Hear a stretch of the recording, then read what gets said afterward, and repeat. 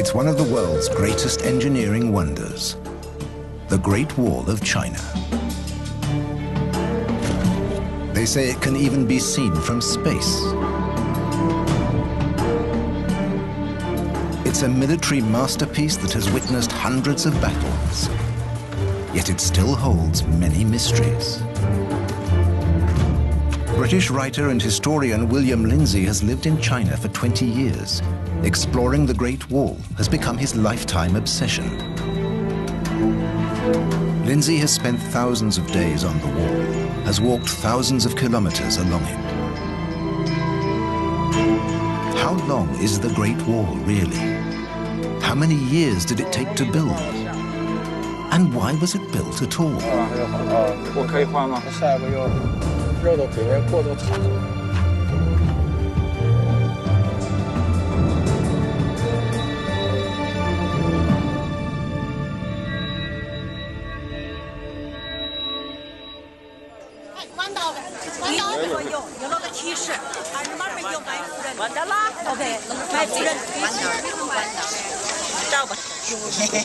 It's only a short trip from Beijing to one of China's most popular attractions. Millions of tourists come here every year to see the Stone Dragon, the Great Wall of China. Most of the people walking on the Great Wall here today will go home and say, I've been to the Great Wall of China. But the Great Wall is not a place. It ranges across the subcontinental expanse of North China. And along its course, many of the locations are seldom visited, and some are virtually unknown. In 1987, Lindsay fulfilled his childhood dream. He walked on the Chinese Wall, 2,700 kilometers. Only a few pictures remain from this adventure because his films were repeatedly confiscated. Foreigners were barred from many parts of China. Those times have long changed. China has opened up to the world, and an adventurer has turned into a scholar. Lindsay now seeks out traces of the Great Wall of China right across the country. 23 years after his first trip, he sets off again. Doing the same exploring 23 years later is really testament to the immensity of what we call the Great Wall of China. In the last 2.5 decades, I explored the wall more, 1,700 days. I've discovered it's the world's most famous building, but the least known. There's always something new to discover. There it is. There is no single Great Wall. There are lots of walls in northern China, built by different dynasties for more than 2,000 years. William Lindsay is taking us to one of the most remote places, a 2,300-kilometer drive west of Beijing, to the city of Dunhuang. Into the Gobi Desert. Well, I'm nearly there, 75 miles northwest of Dunhuang. And it's a nice sunny day in the Gobi Desert, perfect conditions for exploring the Great Wall. In the shimmering heat, the dark ribbon along the horizon at first looks like a mirage. But these really are the remains of a wall, literally in the middle of nowhere.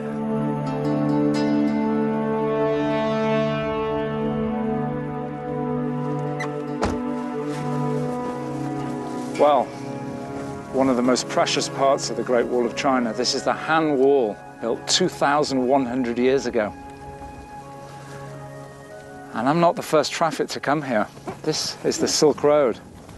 So merchants would come from the deserts in Central Asia, entering China at this point, and then proceed east to the heartland of China. So let's go and take a closer look. Built over 2,000 years ago, this wall looks completely different to the familiar Great Wall near Beijing. It's not built of stone, but this construction material has kept it strong for millennia. Reed and gravel. But who was this wall meant to protect, so far from civilization? The Han Dynasty rulers wanted to open their empire to trade with the West, so they secured control of the eastern end of what became known as the Silk Road. The Han Chinese occupied the vital He-Shi corridor that runs along the Silk Road between the northern steppes and the Himalayan foothills. It's a real border, not just between peoples, but between lifestyle. The nomads of the steppe live in yurts, the traditional round tent. They live entirely from their livestock, wandering over the steppe. They pitch their yurts wherever they find grazing land for their herds.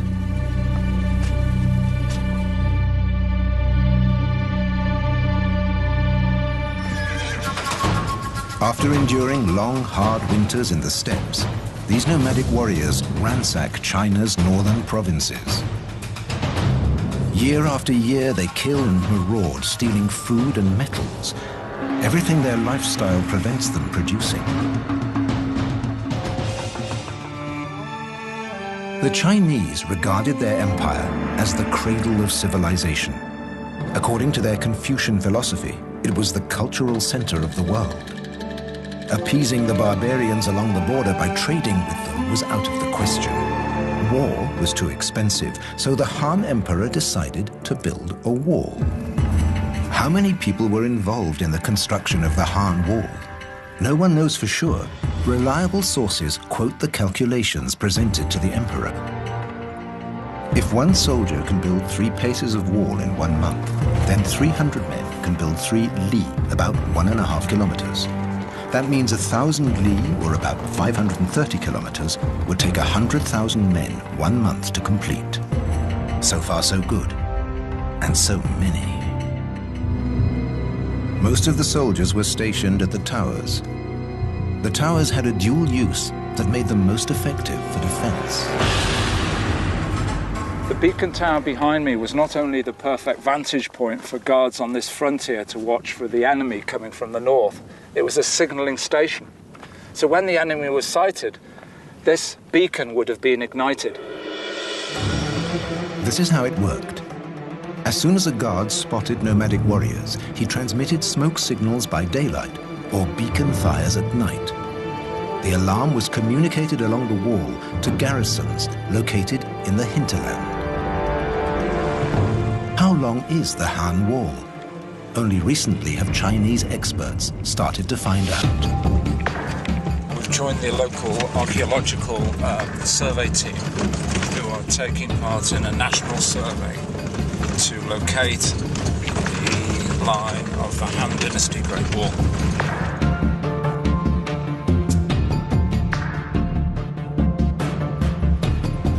The team is heading out into the Gobi Desert. They need a whole summer just to measure this section of the wall. At noon, the temperature can climb to over 40 degrees Celsius.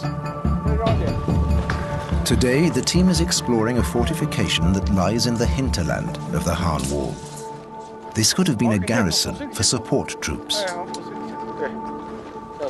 Today, the remains are hardly visible. This tower has a name. It's called Half Tower, obviously because half the tower is missing. The team are here today to locate the fortifications with GPS. I'm wondering how they're going to measure the height because it's so crumbly. I'll ask him. 你怎么量多高？现在我们有那个才破了啊！我们有测距仪小段，到跟前大喊让他破一下。我们有测距仪，专门量高度的。So they don't have to climb up the tower to measure it. They have a device here. A laser rangefinder collects the data. It'll be a few years before the results of the survey are summarized and a figure can be given for the length of the Han Wall. 以前我们这个工作做的比较少一点。我给他说。So from here to the Jade Gate is about 45-50 kilometers. And there are 3 sections of wall that are quite visible.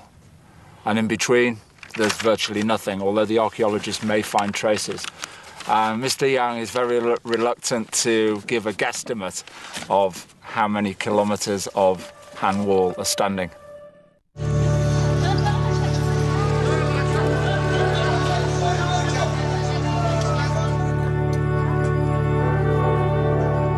GPS team leader Mr. Yang has given William directions to a place in the desert where the wall has a unique shape. It's a 16-kilometer hike, so William is buying provisions for the trip at Dunhuang Market. Well, raw meat wouldn't be very good, and it's in the deserts.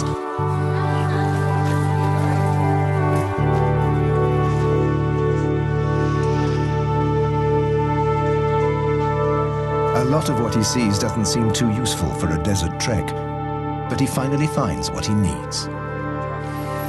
Successful shopping trip for $1.99 or so, a good supply of high-energy foods. Delicious. Next morning at 5 o'clock, Lindsay sets off for the hike. Lots of satellites around. It's 14.4K.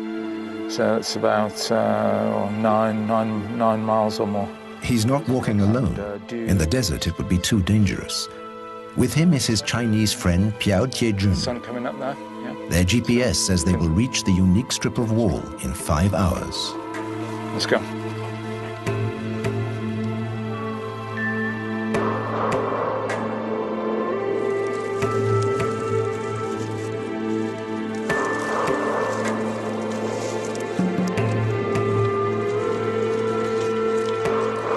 It's cool now, but the sparse vegetation is tinder dry. There hasn't been any rainfall here for months.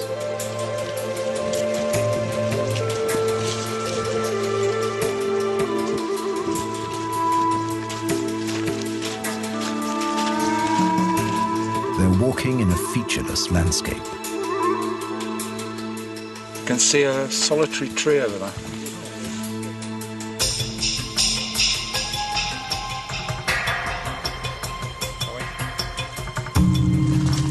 Back in '87, I just had a big map of the whole country. Basically, my journey along the wall from the desert to the sea was like that. 1,700 miles. Not the ideal map for hiking across desert grassland.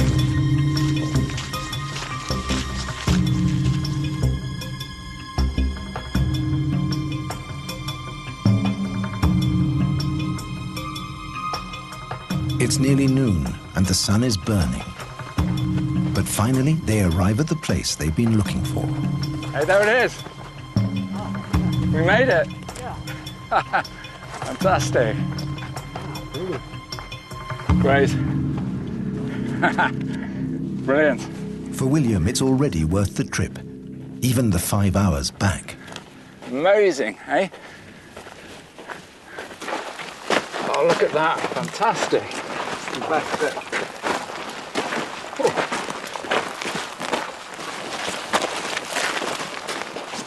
Of all the faces that the Great Wall of China has, this is the rarest of them all. This wall is made of wood. See, there's 6 layers of branches there. And in between, minimal use of the gravel. So I'm really glad I've come here today, well worth the 10-mile trek.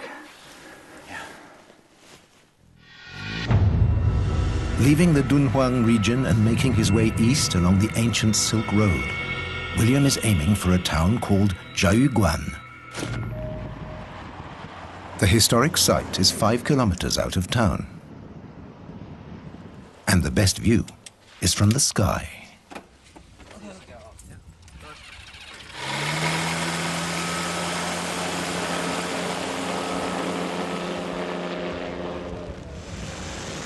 A giant castle guarding the wall, built in 1539 by Jurchen, emperor of the Ming dynasty.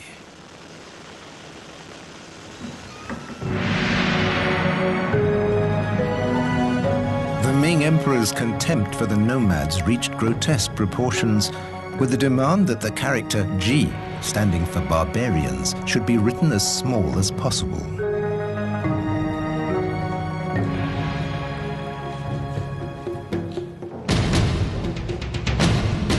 After the Han dynasty, other dynasties rose and fell. Many of them built walls, but none of any significant length. Ming Emperor Jia ascended the dragon throne in 1521. He renewed the Han tradition established in ancient times, constructing a long wall at the northern border with its westernmost point at the Jiaoguan Pass. Jiaoguan translates as barrier to the Pleasant Valley, and Pleasant Valley means China. This gigantic fort is built in the foothills of the Himalayas.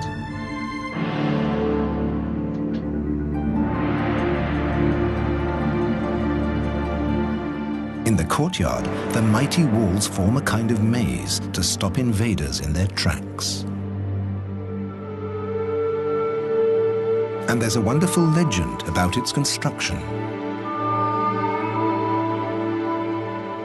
To avoid wastage of materials prior to construction of the fortress, the architect was asked to calculate exactly how many bricks were required. He computed 999,999. The bricks were delivered, the fortress built, and at the end, the chief of works confronted the architect with a brick and said, "This is wasted." But the architect was too smart. He said, "No, I factored that into the equation. That brick should be placed over the portal, and it will bring all the guards in the fortress and all of those travelers passing under its portals good fortune."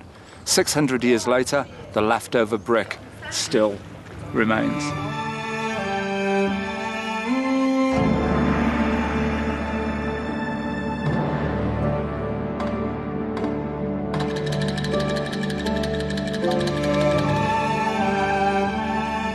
Next to the fort is the starting point of the wall constructed by the Ming.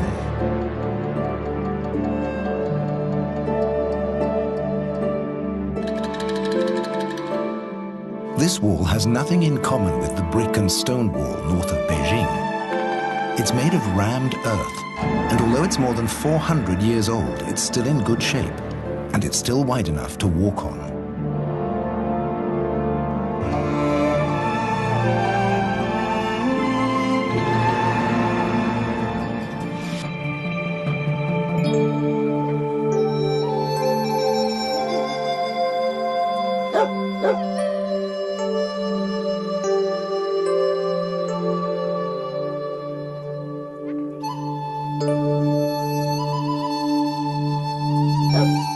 On his walks along the walls, William Lindsay soon learned he could count on receiving warm hospitality from the farmers along the way. Before coming to China, my family and friends were very concerned. 1987, going to China, the big communist country on the other side of the world, are the people going to be friendly? And I didn't have a support crew with me, I depended on farmers. I discovered very early on the farmers were my great allies, even with very little Chinese, but a lot of sign language and smiling. I got what I needed: food, water, shelter. Without them, I couldn't have been successful. Even if many of them can't understand why a foreigner should be so interested in the wall. For them, this is no monument, but simply a part of their village, and one with a perfectly practical use. I was asking him why these holes in the wall. I thought they were nests, but in fact, previously the farms were right up against the wall, so there were wooden beams going into the wall. But the Great Wall experts, the Cultural Heritage Protection Authorities, requested the farmers to destroy those buildings and move back in order to protect the national heritage. If you want to know how Ming Dynasty masons constructed their wall more than 400 years ago, all you have to do is keep your eyes open. Even today, Chinese farmers build walls in the same way their ancestors did. They tamp the earth in a wooden casing. Tamp, put layer on layer. They even sing the traditional folk songs passed down from their forefathers. A house is not complete without a wall around it, says an old Chinese proverb. My friend Chen is building this wall to enclose his compound, so this is the final piece of work. And this is embedded in Chinese architectural tradition.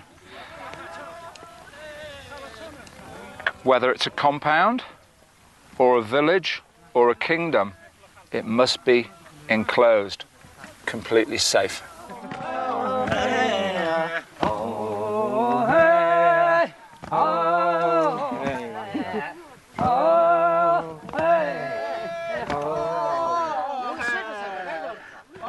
They built most of the Ming wall just like this, is a rammed earth wall. Imagine how many billion thuds it took. 做这个工作，你唱歌这个挺好听，是你自己弄的歌或者？是你唱他喊，The singing is an important part of the work. It keeps all the rammers in step, the beat. So, you know, they're all in step going along the wall there. They get into a rhythm. And the actual content, oh, I've been in China 23 years, but this guy has a really heavy accent. It's a bit difficult. But it's definitely a kind of rap. He changes the words and occasionally you hear them chuckle. So I think he gets a little dig in about those that are kind of falling behind in distance, or maybe he can tell by the thuds if someone is out of tune.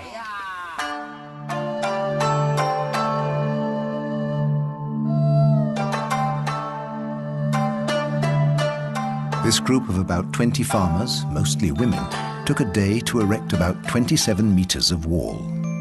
We don't know if their ancestors could have worked better or faster. But we do know they would have used the same materials and tools, except for the tractors carrying the clay and the cell phones. 好了，挂掉了吧。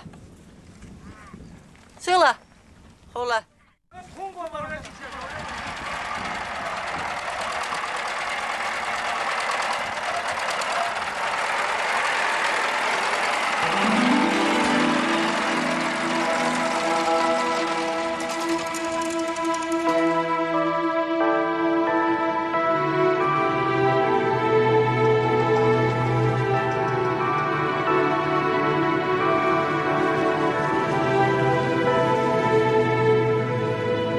On his journey along the walls of China, William Lindsay is walking eastwards, out of the Heishi corridor and turning north along the Great Wall of the Ming Dynasty. Into the Great Loop of the Yellow River, the cradle of China's civilization.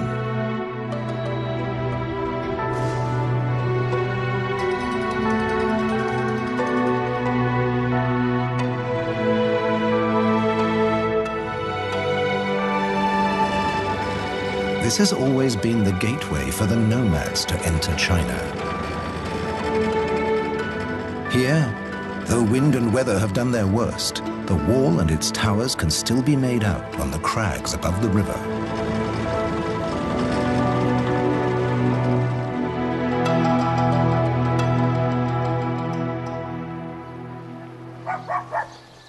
The garrison forts were the outposts of this defensive outer wall.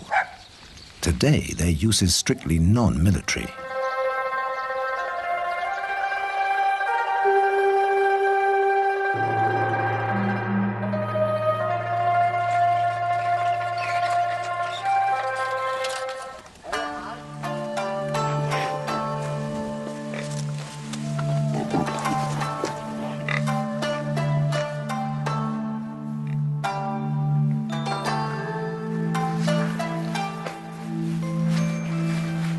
Oh, I love staying in the countryside. This building, it's made of thick blocks of limestone, and on the roof there's turf. And you come here in winter, they've got a good method for keeping you warm. See this? It's not a bed, it's called a Kang, K-A-N-G.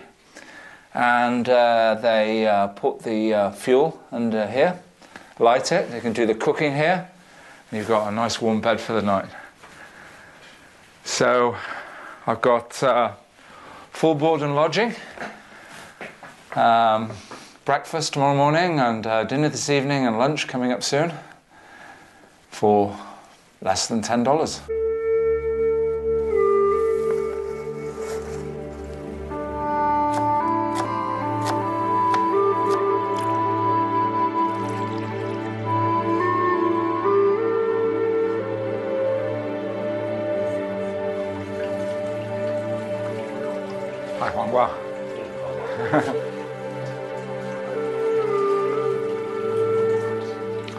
I should apologize for the slurping.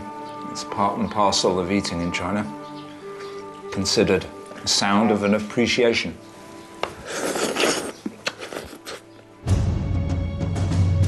The ingredients of the lunch William is appreciating today are also the reason the nomads raided the land of the Yellow River throughout the 16th century.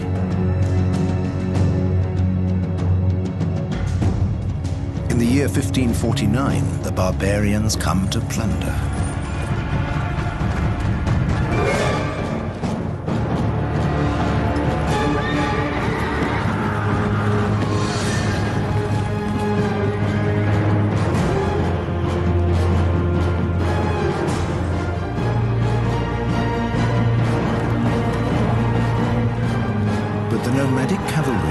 To a virtual standstill at the new border wall at Xuanfu. The wall stands fast. The nomadic troops are unable to capture the Chinese granary. Does this mean defeat? The barbarians do not give up. They have a message for the Chinese. They will attack Beijing, the capital. By marching east, the nomad army finds its way around the wall, thus avoiding the Ming Emperor's elaborate border fortifications.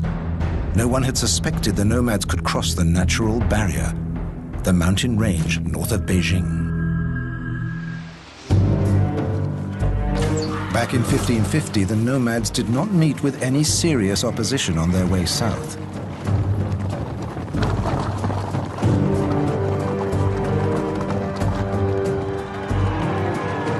They terrorized Beijing's suburbs for 3 days.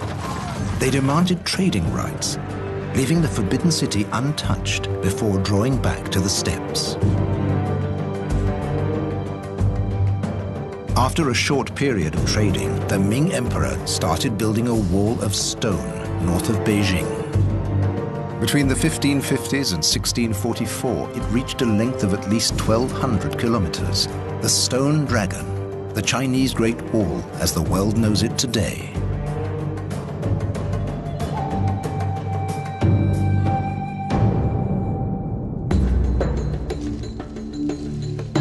How many people were needed to build it? Official figures are rare, but in some inaccessible sections of the wall there are still stone tablets engraved with texts that could give us that information.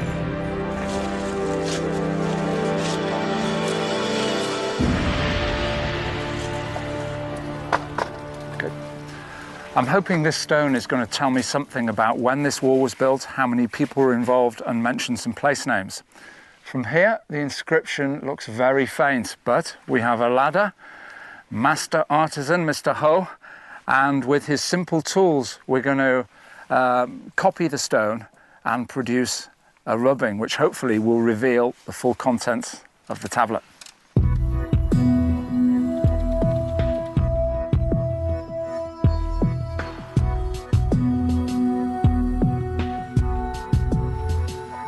This ancient Chinese copying technique starts with gluing a sheet of paper onto the tablet, simply with water. This is step number 1. Step number 2, dazi, translates literally as typing characters. So he's using a brush and he's hammering the paper into the carvings.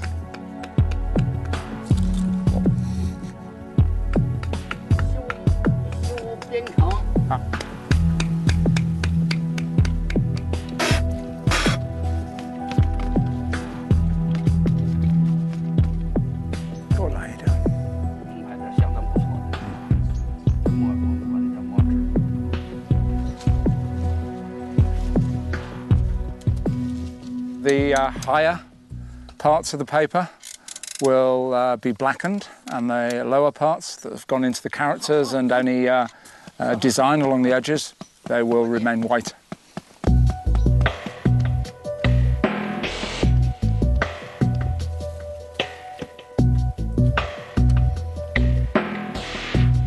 After 3 hours of sponging and drying, Mr. Ho presents his piece of art. It looks like a blueprint, or an old archive document. And he helps William translate the ancient Chinese characters, which today hardly anybody can read. 好像是就是这个地方，到它叫王时中，王世忠，好，军政，然后这是百户，百户，百户叫扬州，旧的第2年冬天修好。This stone is telling us that 2 military officials in charge of 1,100 families put in the effort to build 250 yards of wall in the autumn of 1579. So in terms of very simple arithmetic productivity, we're talking about 4 persons per family, 4,500 people working for 8 to 10 weeks in the autumn of 1579 to build that. Whereas tamped earth walls were built by untrained serfs or peasants, this project required special knowledge. Hundreds of master builders and skilled engineers, thousands of stone cutters and tens of thousands of masons were recruited to build the wall. And another factor led to the costs rising exponentially.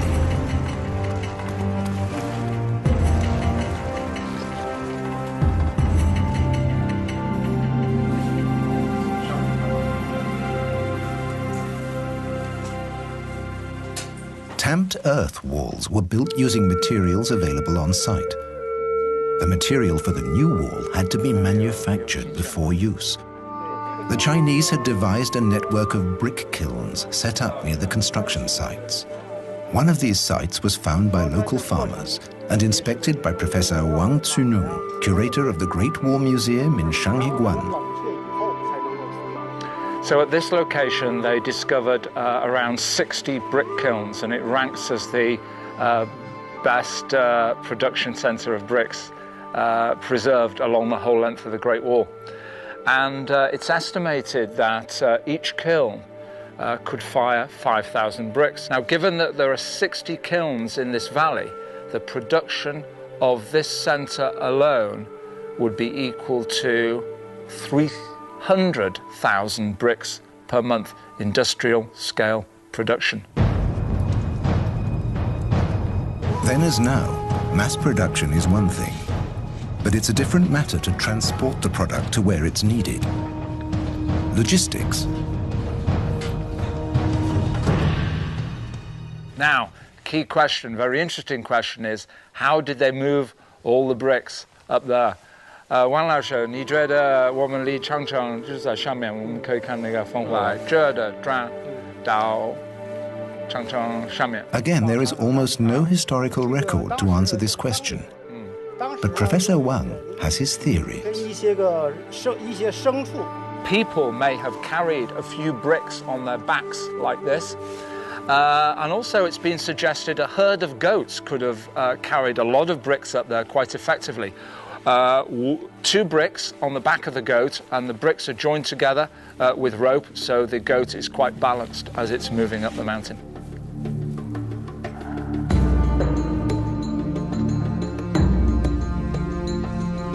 Even without bricks on your back, it's a hard slog up to the wall. But it's worth it. Hardly any tourists make it to this isolated section.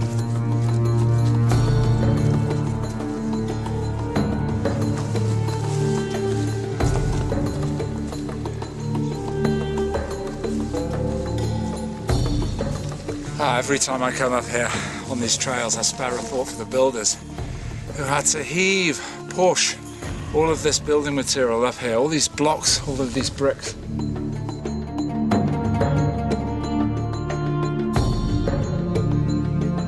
The sometimes bizarre route taken by this wall has led many experts to believe that more than just defensive considerations were in play here.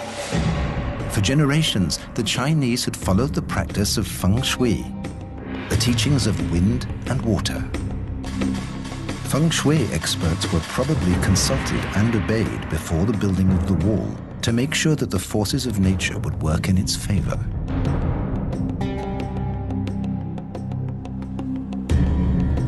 Spending his days alone on the wall, Lindsay imagines how the soldiers must have suffered here. Cut off from the world, enduring winds and foul weather, squeezed into bare and cramped quarters for months on end.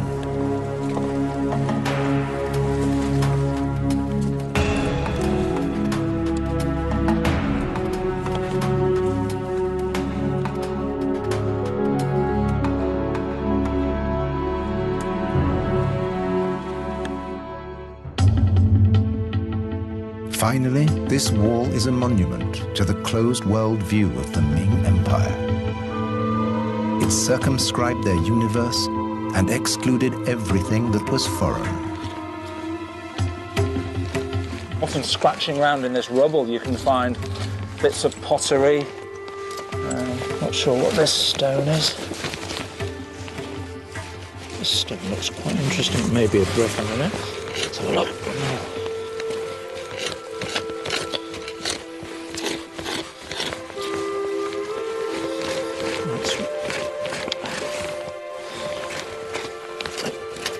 Might be.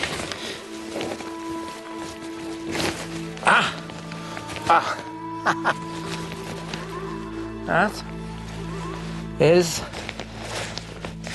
a stone bomb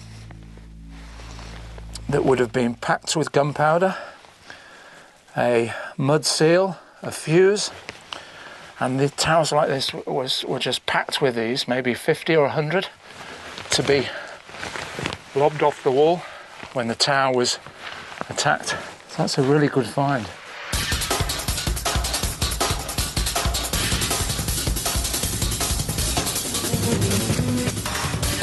"320 kilometers further east, we find another example of living history. 那个山头那个第一个好的，对，那个比较保证完好那个。啊，对对对，那就是我们张家楼。对。This is Zhang Heshan. His ancestors built the wall here 440 years ago. And close by, towers have other family names like the Chen Tower, the Wang Tower, the Luo Tower. So here we have the family history of the Great Wall still living on 440 years after it was built.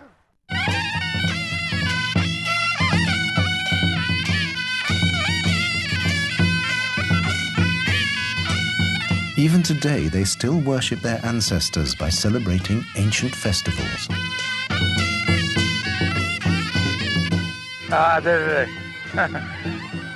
The pig was slaughtered yesterday, so it should be quite nice, fresh pork.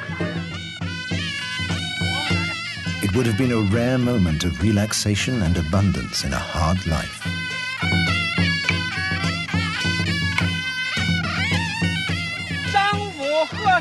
As the oldest member of his family, Mr. Zhang makes the sacrifice to his ancestors and burns incense sticks.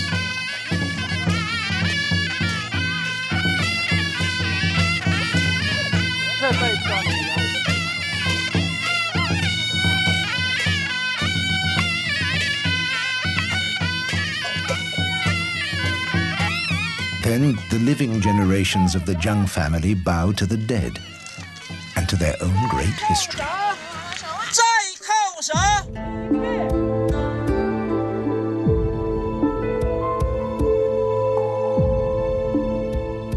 The village families had to look after and feed the soldiers in the towers.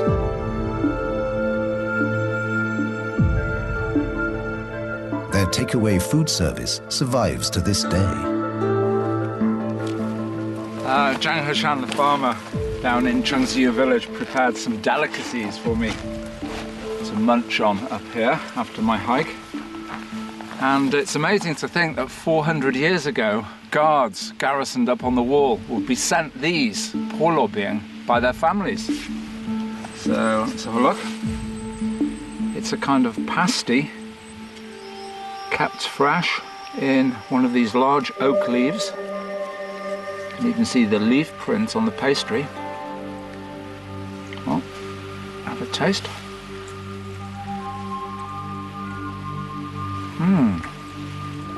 Full of chives. Kind of Chinese hamburger. Maybe the original Chinese takeaway for those up on the wall.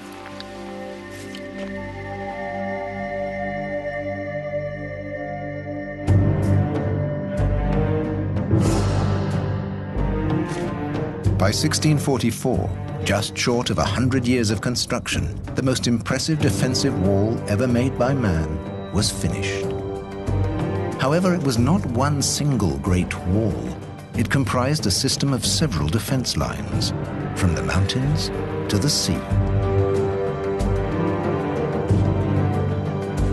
In 2009, after a national survey of the Ming Wall, Chinese officials announced that the total length is 8,850 kilometers. This is the end at Shanhaiguan, meaning Mountain Sea Pass.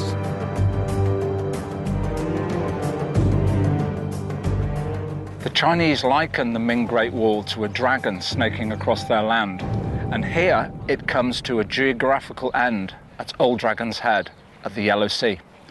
Not far from this location, in 1644, the commander of Shanhaiguan faced his biggest challenge, an event which led to the end of the Great Wall functioning as a national defense. Professor Wang is taking William to the gates and walls in the outskirts of Shanhaiguan. This is the place where the Great Wall story came to an end. The construction of the Great Wall led to the financial and strategic collapse of the Ming dynasty. Revolts broke out everywhere in the empire. An army of rebel peasants marched on Beijing, where they toppled the emperor. Then on to Shanhaiguan, the last stronghold of the Ming Empire. But a mighty army had risen from the steppes, heading for the Middle Kingdom, the Manchus. Caught in between, Wu Sangui. He was the general in command of the fortress at Shanhaiguan. Now he was under siege. What could he do? This was a powerful garrison, but was it strong enough to fight off attackers on two fronts?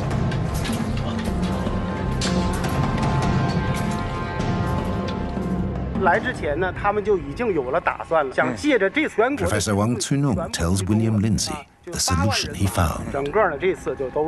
So trapped between two enemies, Commander Wu Sangui knew he couldn't defeat them both, so he came up with a plan to offer an alliance treaty with the Manchus in the north. And the two armies joined and confronted the peasant rebel army, and they defeated them. A wall is only as strong as the men who guard it, Genghis Khan is supposed to have said. His successors from the steppes, the Manchus, would have agreed with him. 80,000 Manchu soldiers passed through this gate and entered the heartland of China. The Manchus founded a new dynasty which in effect ruled over the Middle Kingdom until 1912. They called themselves Qing, meaning the pure.